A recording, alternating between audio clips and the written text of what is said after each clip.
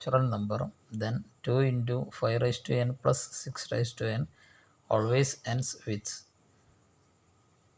Question: 2 into 5 raised to n plus 6 raised to n.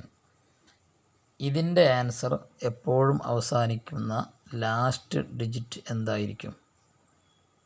Into 5 raise to n plus 6 raise to n always ends with 2.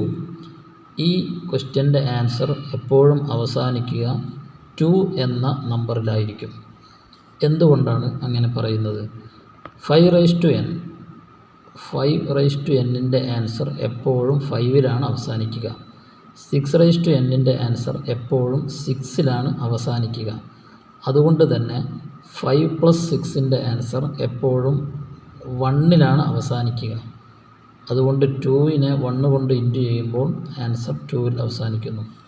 Example: 5 raise to എന്നിൻ്റെ answer എപ്പോഴും 5ലാണ് അവസാനിക്കുക. 6 raise to എന്നിൻ്റെ answer എപ്പോഴും 6ലാണ് അവസാനിക്കുക. Example ആയിട്ട് 5 raise to 1 plus 6 raise to 1. 5 raise to 1 5 plus 6 equal to 11.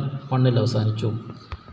5 square plus 6 square 5 square 25 plus 6 square 36.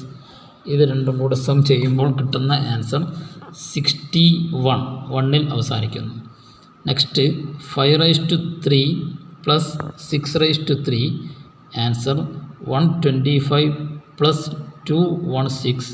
Answer രണ്ട് sum ചെയ്യുമ്പോൾ 314 മീൻസ് 1ൽ അവസാനിക്കുന്നു. അതായത് 5 റൈസ് ടു എന്നിൽ n ഏതൊരു നാച്ചുറൽ നമ്പർ ആണെങ്കിലും 5ലെ അവസാനിക്കുകയുള്ളൂ. 6 റൈസ് ടു n ഏതൊരു നാച്ചുറൽ നമ്പറിനും 6ലെ അവസാനിക്കുകയുള്ളൂ. അതായത് ഇത് രണ്ടിൻ്റെയും സമ്മ് എപ്പോഴും 1ൽ അവസാനിക്കുന്നു. അതുകൊണ്ട് തന്നെ ബ്രാക്കറ്റിന് പുറത്തുള്ള 2 കൊണ്ട് ബ്രാക്കറ്റിനകത്തുള്ള ആൻസർ 1ൽ അവസാനിക്കുമ്പോൾ 2 കൊണ്ട് നമ്മൾ മൾട്ടിപ്പിൾ ചെയ്യുമ്പോൾ അപ്പോൾ ഫൈനൽ ആൻസർ 2ൽ അവസാനിക്കുന്നു. അതുകൊണ്ട് 2 into 5 raise to n plus 6 raise to n എന്നതിൻ്റെ ആൻസർ ടോട്ടലി 2ൽ അവസാനിക്കുന്നു.